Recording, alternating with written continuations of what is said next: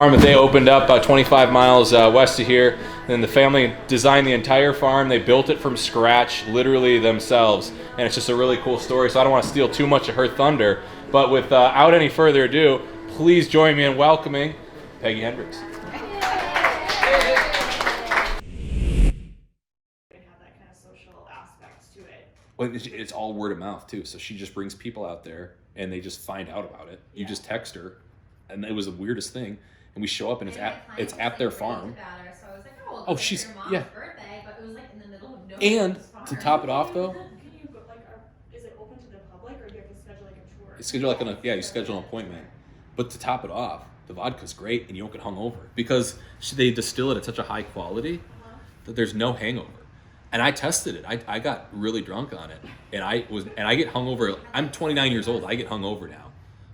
I was not hungover the next day. They built it from scratch, literally themselves, and it's just a really cool story. So I don't want to steal too much of her thunder. But without any further ado, please join me in welcoming Peggy Hendricks. Well, thank you. Thank you. Can we turn? Yeah. Okay. And just so you know, behind the bar is our son Zach, and you'll hear about Zach. So if you guys, like I tell people, when you do come to our distillery for tours or tastings or anything, we're unlike any other kind of distillery, and you have to experience it. And I also want to thank Brett and AJ for inviting us here. They've been out there so they can tell you all about our tours. But one thing, when you get there, you know, you go to other distilleries, they got fancy drinks and all this stuff. None of us are mixologists, you know. And I always tell people, welcome to Hendricks Family Distillery. We got vodka and we got vodka. Of course, we have a lot more, but and stuff. So anyhow, when they come, we do have a house special, and that's a Jimi Hendrix, which is what you're drinking right now. And it's Pure Class Vodka with Mountain Dew and a touch of orange juice and mango. My husband is named after my husband. My husband's name is Jim. I always tell people he's a black sheep of the family. But anyhow, he tells me that he only has 2 or 3 drinks a day. His cup's that big, but you know, that's just, yeah. So if you guys want to try Jimmy or want another one, we'll be sampling all of our other products later when I'm done talking, but just go up and ask Zach and he'll be more than happy. So, like I said, my name is Peggy. And the first question I always get is why did you guys ever start a distillery? And to explain that, I got to go back in our family. My husband, Jim, and I have been married for over 42 years. When I first met him, he worked for Consolidated Construction up in the Valley, and he put up steel buildings all over the Midwest. But really, he's a jack of all trades. Besides being able to build anything, he can pour concrete, he can do electrical work, he can do plumbing, he can do it all. In fact, when you come to our place, if you do stop there and you drive in, our house, our shops, our outbuildings, everything else, we did completely ourselves. So that's awesome. Our oldest son, Zach, here, my husband taught him how to weld at a young age, and he just fell in love with welding. And so when he got out of high school, he went to work for Custom Marine, which is up in by Neenah, and it's a customized fab shop. You know, welding is really an art. And when you come to our distillery, you'll see his artistry throughout the whole distillery. I tell people he is so good he could weld wings on a gnat. I like the bar welding. Yeah, yeah, that's one thing when people come and you're sitting at our bar. I remember, you know, we built the shop and everything else, and the house. And our youngest son, Karl, graduated in 2002. Now we raise elk also, and of course we're gonna have a big graduation party. And I'm going, well, you know, we're not going to roast a pig. We're going to roast an elk. The shop was built where our tasting room is right now. And it was originally my husband's man cave. But what happened is that there wasn't a bar in there. And I told Zach, before this weekend, I need a bar here for the graduation party. And he goes, well, Ma, I'll build you a bar, but it's got to be titanium or stainless because that's all he worked with. I'm going, Zach, we are not putting a titanium bar in here. So we got the stainless steel bar. And I point out, my husband's weld and Zach's welds, there are quite a bit difference. So our youngest son, like I said, he graduated in 2002. And like a lot of people, when you get out of high school, him and his buddies are going to go look for a job. So him and his friends, they got hired at Eureka Energy. I think now it's called Fox Valley Ethanol Plant. It's out on 91. And him and his buddies started working there. And he just fell in love with the whole idea of ethanol. Because basically, what is ethanol? Corn whiskey that you can't drink. Well, how you know that? Yeah? I'm a farm boy, man. I did this stuff. Yeah. And he just fell in love with it. In fact, I remember after he first got hired, one day he comes over and he tells me, he goes, Mom, guess what? Me and Matt and Nate, we're going to build a vodka plant. And I'm going, well, that's cool, Karl. I don't know nothing about booze. In fact, if we were on a tour right now, I would be having a can of ham special light. I'm a beer drinker. I tell people I'm the only one from the family that does not drink the profits, you know, but I don't know anything about alcohol. But he goes, yeah, we should be able to do for about 15,000. And I'm going, well, Karl, that's pretty good. If you get a few of your friends together and you know, get together and everybody invests. And then we didn't hear anything for the longest time. And then one day out of the blue, he gives me a call in 2011. And he goes, Ma, after church, I want to have a family meeting with you, Pa, and Zach. Okay. I don't know about the rest of you guys, but as a mother, we have 3 kids. And we don't have family meetings. And the only time the kids, when they got older, wanted to talk to me is basically, number 1, if they wanted money, okay? Or number 2, if there was really something wrong they wanted to tell us personally. And I'm sitting there, now Karl, because of his love of ethanol, he did rise through the ranks really quick. Right now, he's a process engineer for Dinian Milling in Cambria. And after, when he was working at Eureka, somebody came in there, a company came in. Remember when all those ethanol plants were going up out west? Corn was like a dime a bushel. It was really cheap, but it wasn't that cheap. But anyhow, all these ethanol plants are coming up, and this company came in, and they hired him to be a consultant to go and start up all these new plants. He did that for a year, didn't like being out on the road, so came home. Basically, could work any place he wanted to, and like I said, now he works for Cambria. And so I told my husband, I go, I can't see where it's money. I go, I just had a feeling something was really wrong. And I told my husband, Jim, I go, the only thing as a mother I could think of is that either he had someone knocked up or he's going to jail, you know, drunk driving, you know, and stuff. And I'm going, you know, things happen. We can deal with all that. But I'm still a nervous wreck. Finally, Sunday comes and we're all sitting in the shop. And he comes in, he's got this great big pile of papers. And basically his proposal is he thought between the talents of us 4, we could custom design, build, and run a distillery. In fact, when he came, I'm going to pass it around. And one thing I want to explain about this, I just have these up for you to look at. I wasn't going to talk to the pictures, but you'll see pictures like when we had our meeting and all this other stuff. These are just basically how we started, the pictures of when we started. So they'll just, you know, rotate in the background and you can look at them afterwards. If you have any questions about any of them, just let me know. But when he comes walking into the shop there, he's got this great big pile of papers. And like I said, this is what he sold us on. Now I'm going to pass this around. I think it's pretty awesome. Now the bottom stuff here wasn't here, okay? Those were later calculations for the trays. But that's what he showed us. Now I looked at it and I could make heads or tails of nothing. I'm going, Karl, what's all those red things? He goes, well, Ma, those are valves. And I go, okay, we're going to be buying a lot of valves. But Jim and Zach could figure it out. And so they talked me into it, and I go, okay, we are now Hendricks Family Distillery. One thing I didn't mention, I talked about my husband, our oldest son, Zach, and our youngest son, Karl. Myself, basically I went to school for agriculture, and I worked in the paper mill for over 35 years. I retired, it'll be 3 years ago this month. I think I was only invited to that meeting in 2011 though, for money though.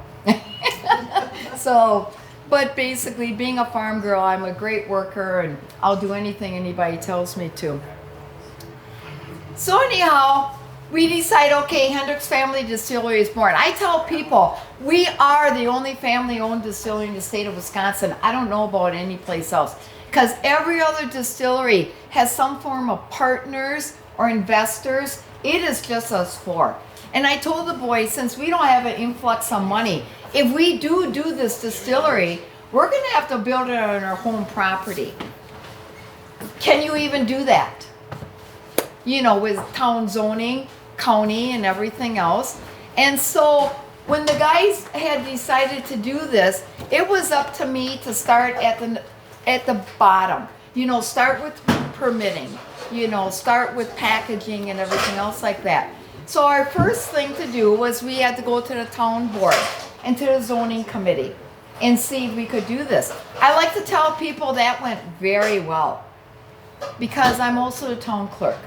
And my brother's on the board of supervisors in the town of Rutherford. So that worked out really good. So anyhow, I told the boys so we could build a distillery there. And so that summer, and you'll see basically here, we poured the concrete. Karl and Zach are wondering what they want for stills and tanks and everything else. My husband is deciding what he wants for a building. And myself, I'm working on the permitting and things. But like I said, I don't know anything about alcohol, so I thought I'd better, you know, learn a little bit. So what I did is I went down to Milwaukee and I talked to Guy Rehorse. Guy Rehorse owns Great Lakes Distilling. Back in the day, that was the very first distillery in the state of Wisconsin. When we got our permit in 2013, we were the 8th. Last year, there was over 40 distilleries in the state. But I went down there and I talked to Guy. Now you gotta understand though too, Karl just wanted to concentrate on vodka. I tell everybody, every distillery makes vodka, but I don't think they really care about it. It's something that you can make, and if you got a distributor, you can get it on the shelves that week. So they want to start making money so they can make their whiskey and their gin and their brandy and their rum and everything else. But Karl wanted to be known for Wisconsin's #1 premium vodka. So I went down there and I told that guy what we were doing. I shook his hand, introduced myself. My first question though to him was, Guy, can you tell me, how much does it cost to start a distillery? He goes, oh, anywhere from $2.5 to $5 million. I go, I'll be right back. So I take my cell phone and I go outside and I call up Karl and I call him up and I go, Karl, we ain't doing this. I go, I can guarantee you, my 401k doesn't even have an eyelash of the amount of money in. He goes, Ma, don't worry about it. We're going to do it all ourselves. I'm going, okay, I'm going to trust you, Karl. So I go back in and I'm talking to Guy. Now, I always thought that all vodkas were made out of potato. So I asked Guy, where do you get your potatoes for your vodka? He goes, nobody makes a potato vodka. Only 3% of all vodkas in the United States are made out of potato. Everything else is made out of corn, wheat, or rye. Now I'm thinking, this is wonderful. You come down and see me, you come down by Eureka, and you look what's planted all around us. Corn. We're in corn country. So I come home, and it's all family farmland. And I tell Karl, I go, Karl, we'll talk to your boys. You know, every year we'll rent a different field. We're going to be making corn vodka. He goes, oh no, Ma. He goes, we're going to make a potato vodka. And I'm going, why? Because we can't grow potatoes. Potatoes need sand. We're in clay country. First words out of his mouth. Now, I am the money person in this organization. First words out of his mouth. Well, Ma, it's the most expensive to make. I'm going, well, goody for you, Karl. I don't really care. But then he goes, no, Ma, if you make it right, it's the smoothest. If you make it wrong, it's the worst. Now, you all have drinks here and everything else, or Jimi Hendrix, and I always ask people, if you could describe Pure Class in one word, what would it be? Smooth.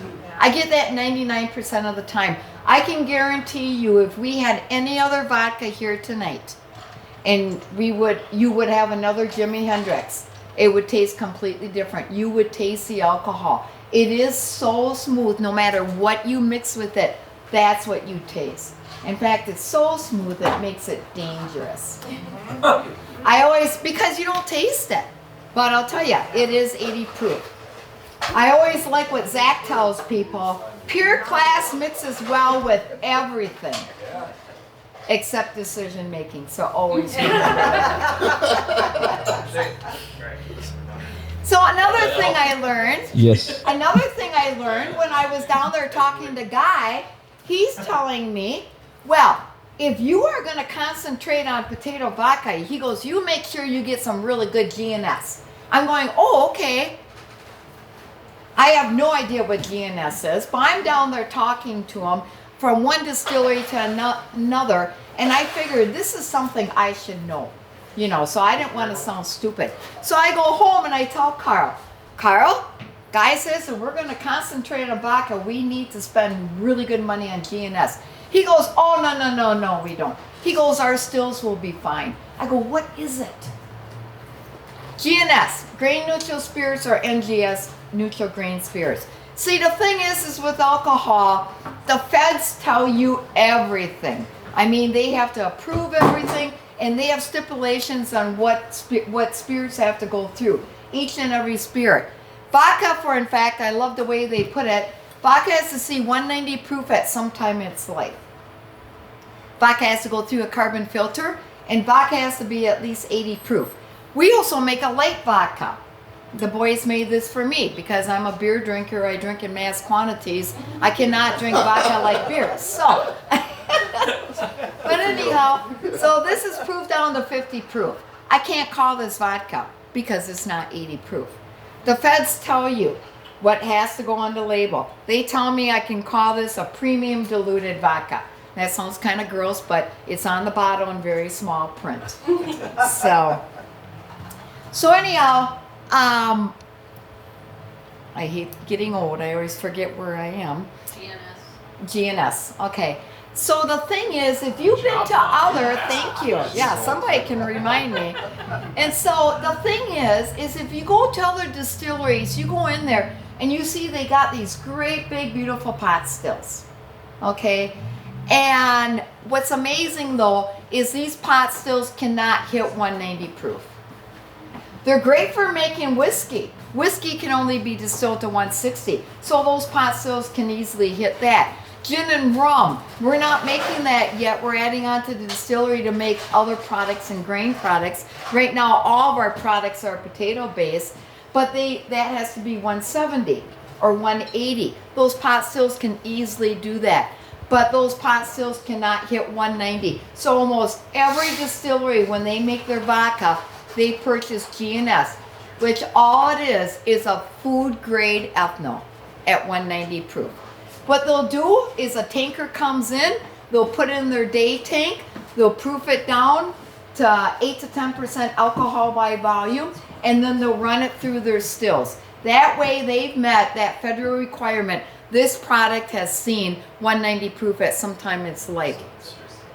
That drawing where our stills are, and you'll see, but with our custom designed stills that we built, we're proofing out. We distill almost every Friday. We're not distilling tonight because of the heat. It's very expensive to distill when it's hot. But our stills, we're proofing out at 194 proof. Everybody goes, why do you proof out so high? I go, you want to. 200 is pure. The higher you can proof out, the cleaner your product is. You know, other distilleries with their pot stills, they'll proof it down, they'll run it through their stills. They don't care what it comes out at because it's got to be proofed down to 80 proof anyhow to go in the bottle. It's met that federal requirement of GNS starting out. For example, now what we do is we ferment, and not very many distilleries ferment. Zach is our fermentation man. He starts this on Tuesday. He'll fill up our tanks with 205-degree water. He'll add certain enzymes. He'll add his potato product. and then he'll cook that for a few hours, and then he'll cool it down, and then we can add our yeast and a yeast nutrient, and then it's in fermentation mode. Now, going back when we first started, when Karl said he wanted potato vodka, I went nuts. I'm going, Karl, we can't grow potatoes. And Jim and I eat a lot of potatoes. I'm thinking, we're going to have to build a warehouse. We're going to have to store these potatoes. They're going to be dirty. Have any of you guys ever bought a bag of potatoes that had a rotten one in? I mean, you can throw up. And I'm thinking, this is going to be terrible. But I'm going, Karl will figure it out and stuff. So basically what happened is in November, the boys had to go deer hunting.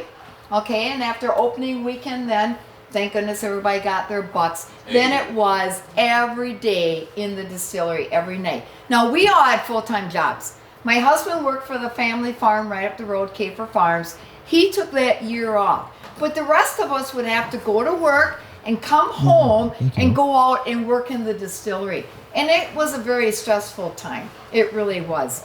Karl was very accurate, though, is that we all bring something different to the table. Everybody has their own talents. One thing we found out when we were putting this distillery together is don't give Karl a hammer or a power tool or a saw. I remember one time I was giving a tour and he walked in and he heard this part of the tour and he got really mad at me. He goes, Ma, you can't be telling people I don't know how to work those tools. He goes, you make me sound so stupid. I'm going, Karl, back in 2011, you kind of were, And he goes, well, I can work all those tools right now. And I go, I will make sure I tell everybody you can. And he can, but back in the day, he couldn't. The final straw was we're all working there. One day, he put a drill bit right through his finger. We go, okay, Karl, you're out of here. You want a potato vodka? You go find your potatoes. Go work on your recipe because nobody ferments, for vodka, and especially potatoes. So my brother who owns the family farm is also a crop duster. And so Karl went up and talked to him and he goes, Karl, you go up to Clover, Wisconsin. I spray a lot of potato fields up there. So I gave him a list of names and Karl went up there. Now, one thing when Karl, working at Diddy and Milling, they got a multi-million-dollar lab there. And they will do anything for Karl. So what Karl did is he went and visited all these farmers and he got a couple of potatoes from each of them. And he took them back to Diddy and Milling for testing. What he wanted to test is the sugars in the potatoes. Because one of the reasons why nobody makes a potato vodka is that it takes 15 pounds of potatoes to make this one bottle of vodka. Now, if you use corn, wheat, or rye, you just use a sliver of that because the sugars will break down to make alcohol, okay, much more readily than a potato vodka. And he tested them. He was hoping he would find a potato that had more sugar content, and basically they were all the same. But another thing he found out when he was up there is a block off Main Street, there's a company. And this company was called Penford. Now it's called Ingredient. And you know what they do? They process potatoes. My biggest fear was who was going to peel all these potatoes. I know who a lot of the work falls back on, and I was having nightmares about that. But they process potatoes. And I'm going to pass this around. This is a sample of our potato product. Our potatoes are contracted out through farmers, and they're dumped off at the docks up there. They are peeled. Now, Karl says, I just want the core of the potato. That's where the most sugars are. So they peel the potato. They use that for like potato chips and stuff. Then they take out the outside, and they'll make like those dehydrated potatoes. And then the core of the potato is dried, and every month, somebody takes a drive up there and they pick up a pallet of 50-pound bags of our potato starch, basically. This is 99.999% pure potato. That's just the core? Yep. Wow. It's very expensive, but is it? Really? You don't have the warehousing, you don't have to stink, you don't have to mess, you don't have bugs, you don't have to peel potatoes.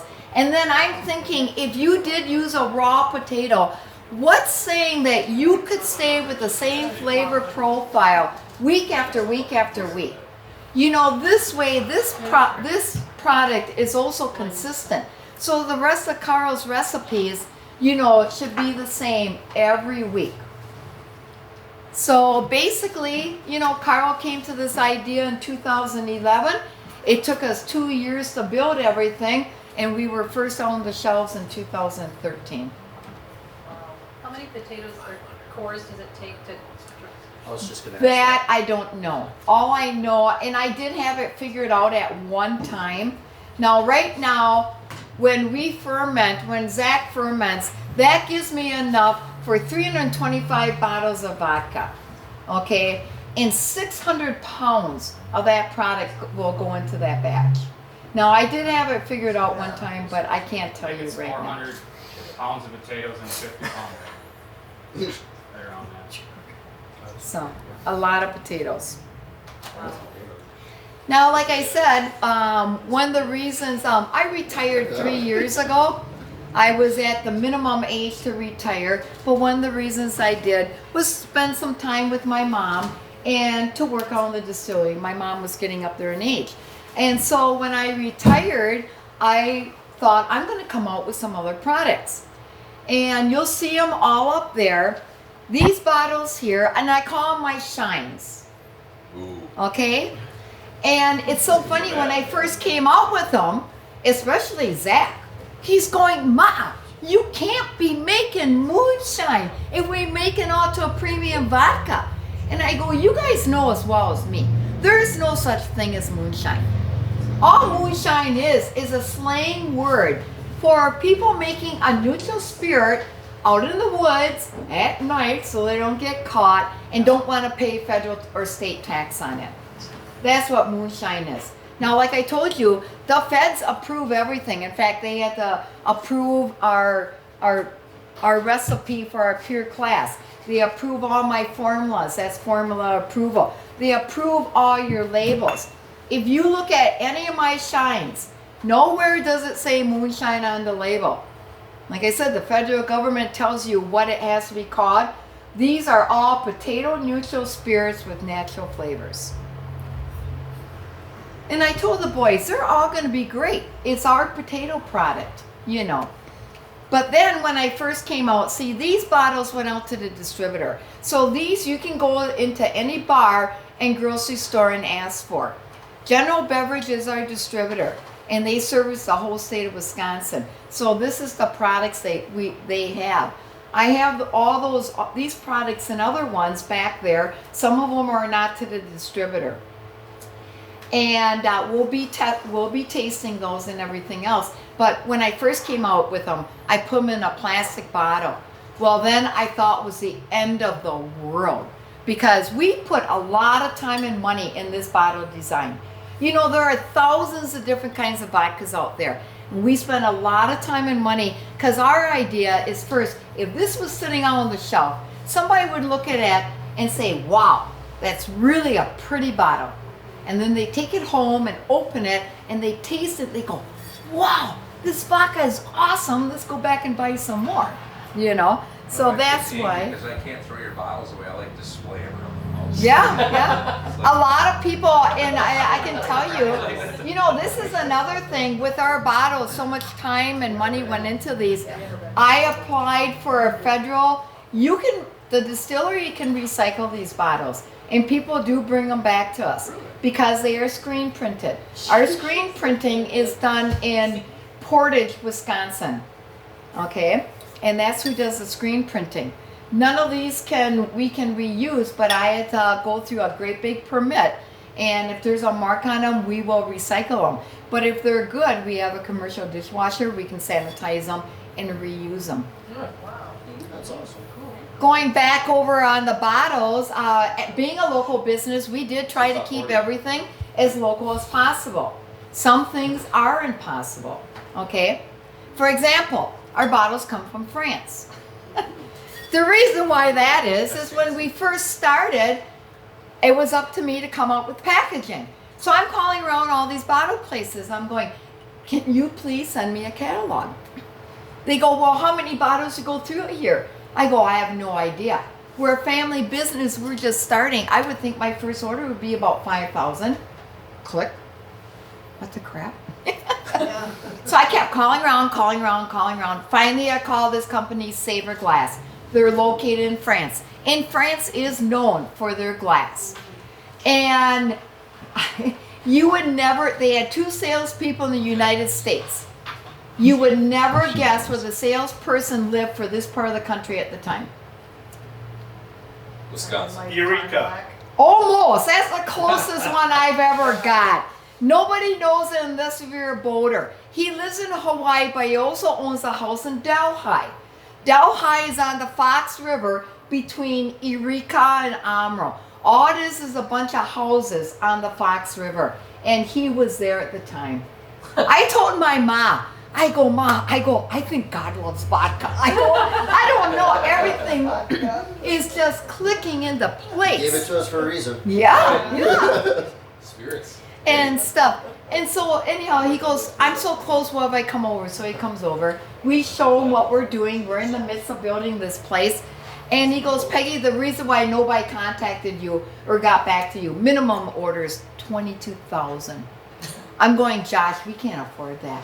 I go, money is flying out here like crazy. He goes, well, how many do you think you can? I go, maybe 7,000 at the most. He goes, I'll tell you what, we'll make it work. Our tops come from the Czech Republic.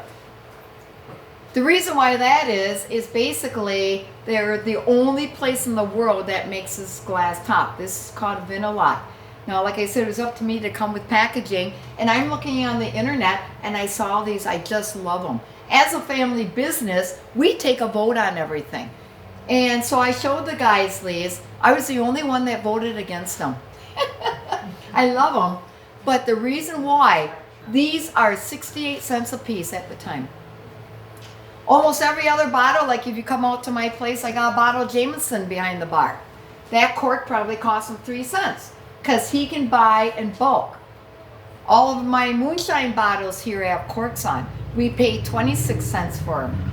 I voted against these. I'm glad I got outvoted. And any of you guys, if you guys are wine drinkers, these will fit almost any wine bottle.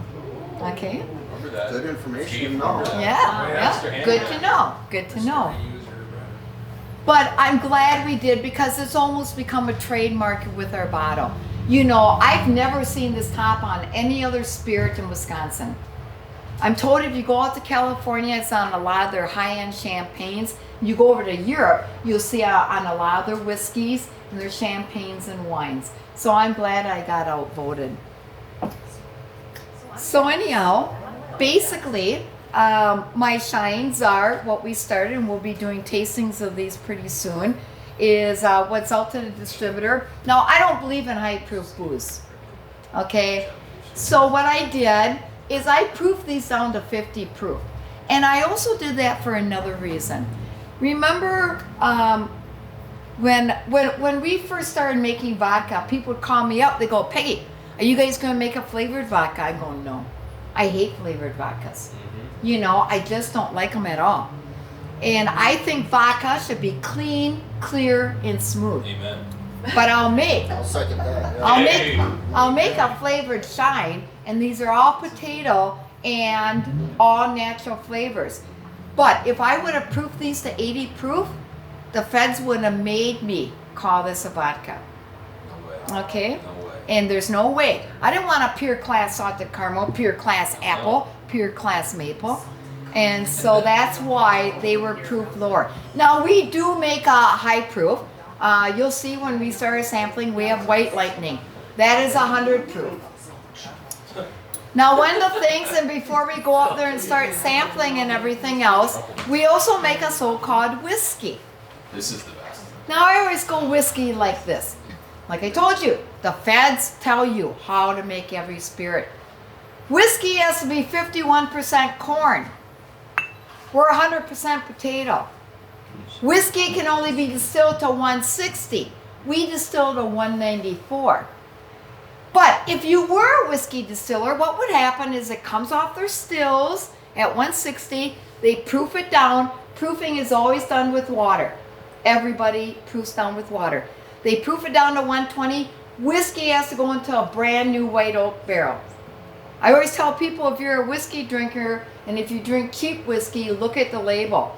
If there's any kind of flavoring or coloring added, it wasn't in the barrel very long.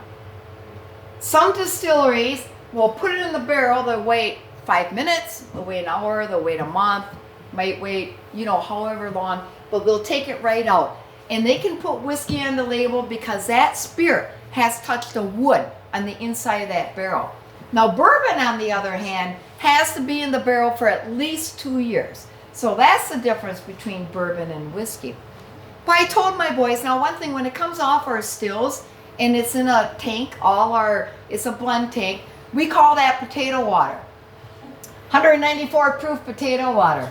And I told the boys, well, if we take our potato water, we proof it down to 120 and we put it in a brand new white oak barrel, but we're not even gonna touch it for 2 years. What is it gonna taste like? So we did it. And this is what we ended up with. Now, when I sent in for my label approval is called a cola. When I sent in for my cola for this, first I put potato whiskey on it. They denied it. There is no such thing as a potato whiskey. But then I wanted people to know that was in the barrel for at least 2 years. So I wrote up this little spiel back here and I put it in there. They go, you gotta take that off. You can't have an age statement on that bottle. Oh, what? So how I got around that is every time we bottle out of a barrel, and just so you know, every barrel is a single barrel bottling. We do not, it's when that barrel is gone, it's gone. We got 10 barrels right now. They're all different chars and toastings.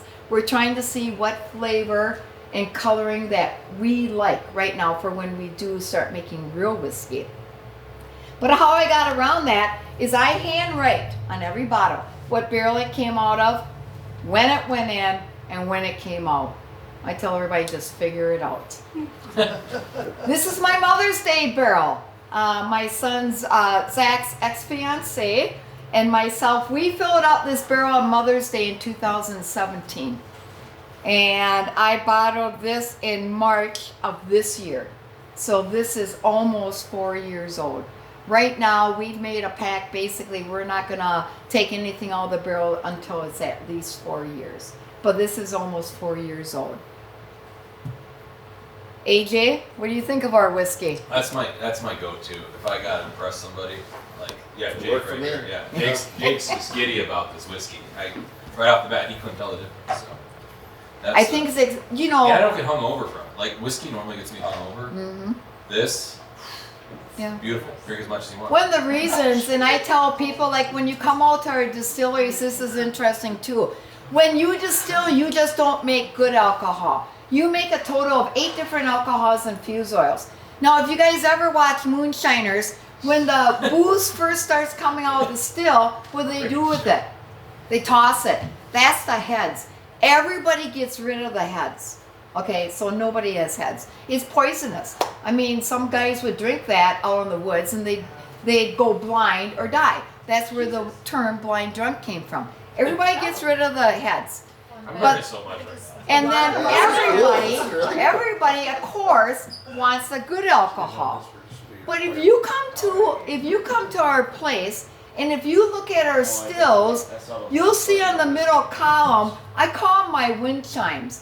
Zach made these little stainless steel tubes to collect alcohol that hang off the still. What happened is that Diddy and Karl found out at what proof and temperature all these undesirable alcohols like to hang out at. And we draw them off, and they all go into my wind chimes. And then Karl dumps them every week, and he tests them. He's always testing, trying to make things better. Now, I tell people what we're extracting out of these is basically a hangover. If you get a hangover of spirit, that is one of these alcohols that made it into the bottle. Okay. Another one is the burn.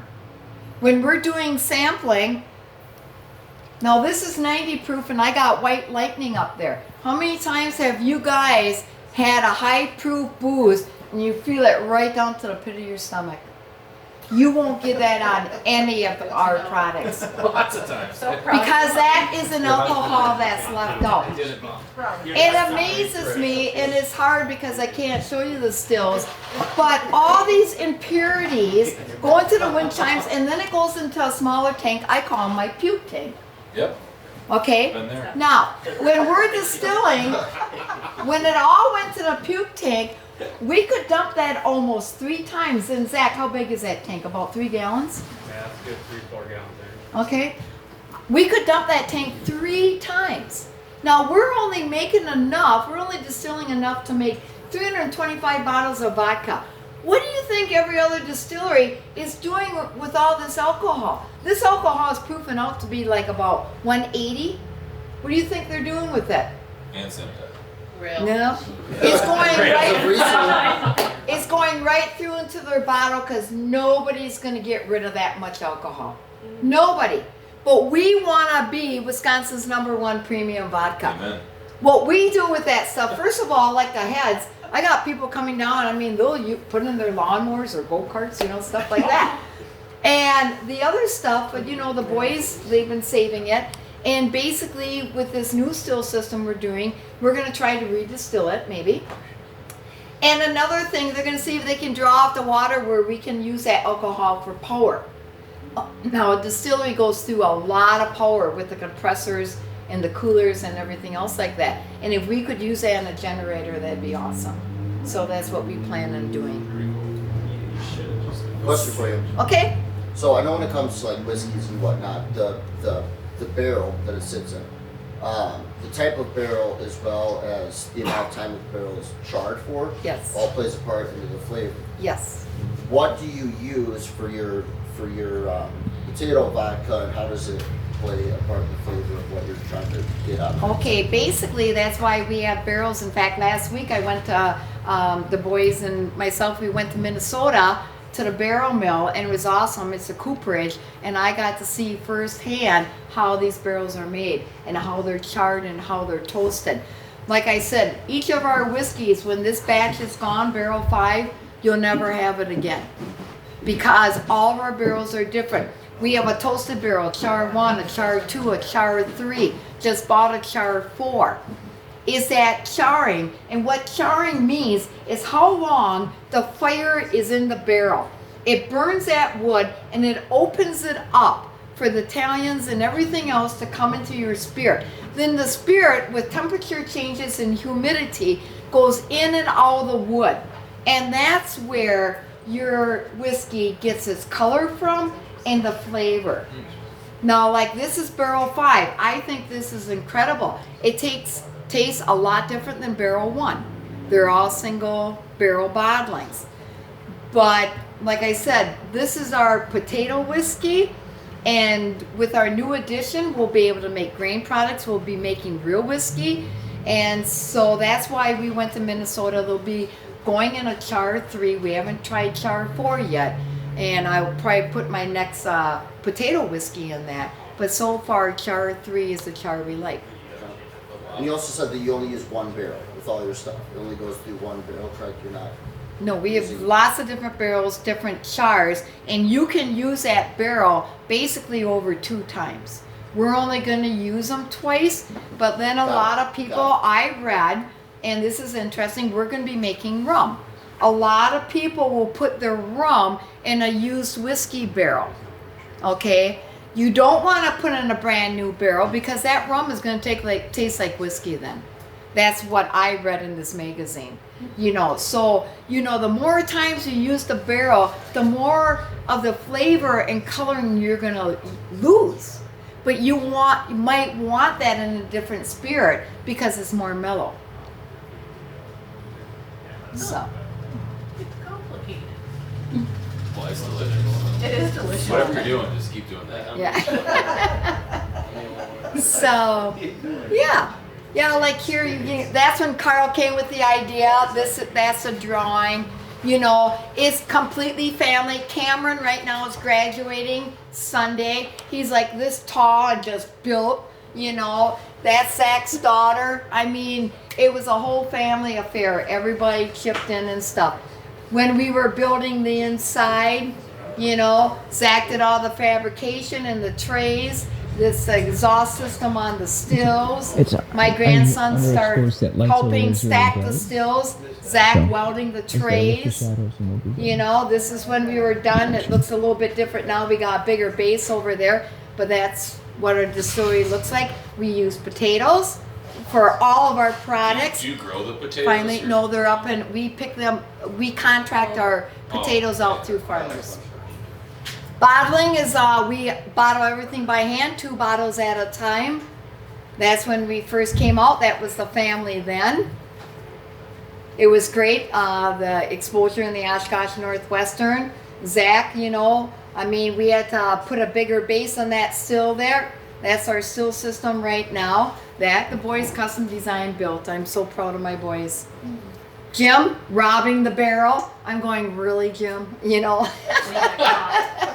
You know, that's our Eureka Gold. My moonshine is called Eureka Moon. We're right outside of Eureka. I was born and raised there, and so that's why.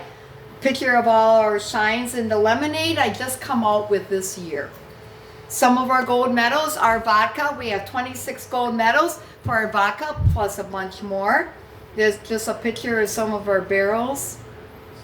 Tell them about what you're doing with Jimmy's, the little barrel you showed me. Oh, Keith tried the lemonade. You did that yesterday. That lemonade put Keith when on you his come to, like I said last week, we went to Minnesota and we got 4 53-gallon barrels. We prefer to age in 53-gallon barrels because that's the way it's always been done.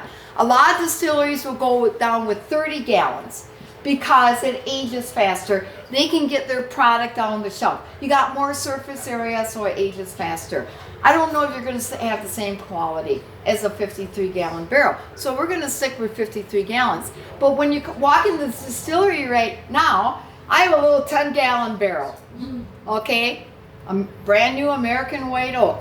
And my husband made me buy that. I'm going, Jim, what are we going to do with this 10-gallon barrel? He goes, that's my death barrel. He goes, I want you to fill it up with the first batch of whiskey we make out of the new stills. And then he goes, I want you guys to open it the day I die. I'm going, okay. That's going to be strong. Yeah. Oh, I said, basically, I go, Jim, I'm hoping you'll be around 20 more years. Okay, we're in our 60s and stuff, and I'm going, now that's only a 10-gallon barrel. So you can imagine the smaller your barrel is, the faster it ages. That should taste like 100-year-old whiskey. By the time he's, Smooth. oh yeah, Exactly. yeah, I think yeah. that we You could gotta call that buy, Jimi Hendrix. I'll say, I want you to make a barrel for when he dies. Well, there you Drink go. Yeah, I can go. 200 years. I can go back there and I can buy 10-gallon barrels. We were even thinking about this. You know, I don't think they have anything smaller than 10 gallons, but to purchase those, and if somebody wants us to fill it up and then sell that, where they can keep it and age it as long as they want. Isn't that a great idea? But like, All right, Brett, it's getting pretty close. All right. Let's just get this on the road up. So, okay, so we're gonna go up and taste, but before, you know, if you have any questions, you can ask me or Zach. I mean, do you guys have any questions right now? Otherwise, we'll be up there. Any questions? Okay. Great. And before you leave, I mean, just remember, vodka's just fun water. And I have rack cards here. Basically, this explains about our shine and our whiskey a little bit. Feel free to take some, you know, and about our vodka, Pure Class. What's the local stores around here again that we can go buy? There's quite a bit. If you go to my website and click on where to buy, especially in Oshkosh. I mean, Festival has it, Piggly Wiggly's, you know, stuff. Now the shines, and thank you for asking that, Brett, because one of the things I always tell people, in a family business, your 2 highest costs are your cost of goods, okay? I mean, your potatoes, your bottles, your tops, I mean, all that stuff to put everything together. And your wife. Pardon? Oh, and your wife, I thought. And yeah, I'm cheap. I am very cheap. That's why I drink Ham Special Light. Gosh, I gotta get one of you. Yeah. But the next thing is marketing. And we don't have marketing dollars. I'm really glad to say this year we did spend a little bit of money in radio advertising. And didn't you tell me you heard our ad coming in? Yep. Yep. So, I mean, any kind of advertising is very expensive. So we really don't market. Terrible at marketing. If I tell people, that's why I love to give tours and I love to come to places like this. Because you guys are marketers. You know, you can walk into any grocery store in any bar and ask for Pure Class Vodka and Eureka Moon. I tell people, my mother was my best marketer. She never drank a day in her life. Never. But she'd walk in the bar because she loved to go out to eat. And she goes, do you have Pure Class Vodka? And if they go, no, she goes, well, why not? My daughter's family makes that. But if they did, she goes, well, that's wonderful. Thank you. And then she'd get her Diet Dr. Pepper. I always tell people, no matter where you go, ask for it. Even if you're not going to drink it, ask for it because they can get it. General Beverage is our distributor. The owner just has to call up and request it, and they'll get it. So, you know, even if you don't want vodka or our Eureka Moons, ask for it. Great presentation. Well, then, yeah. Let's give Well, and I was just gonna toot your horn a little bit. Your product does speak for itself. I mean, I was gonna tell you just. we got people coming in. Oh, good. It's all good. Okay. This is Chad's entourage. Just a few months ago, me and my friends went on a hunting trip to South Dakota, and usually you tip your guide, and we brought just Wisconsin product, and Pure Class was just what we went to because we knew it was out of Wisconsin. We love the vodka, and it's just your product speaks for itself, and it makes people want to advertise. So I think that's a smart business move. Tesla does the same thing; they don't invest in advertising or anything, and props to you. You've done a great job with it. And I said that's what will keep us around for years and years and years is the quality. Yep. You know, you have quality, you're going to be around. Well, thank you again, Peggy, for doing this. This has been I incredible loved it. presentation. I go, I didn't write up anything or do anything. Yeah, I go, I'm just going to come here and I have call her fun. on the phone. She's like, "Do I need everything prepared?" I'm like, "I don't know. Just do your thing. You're the personality. You do it great." But this has been wonderful. A great story on entrepreneurship. A great lesson for people in this room. We do have some of your moonshines in back, and I want to remind everybody too. Peggy does this all for free. So like she was probably too modest to say it, but like she'll work. She works for tips, right? So we could hook her up and give her a little slide something, whatever. But she does a great job. She's got a great personality. We got moonshine tasting. We got extra Jimi Hendrix. So let's help ourselves. Feel free to network and hang out. But a wonderful, wonderful presentation. Thank you so much, Peggy and the Hendricks Family Farm.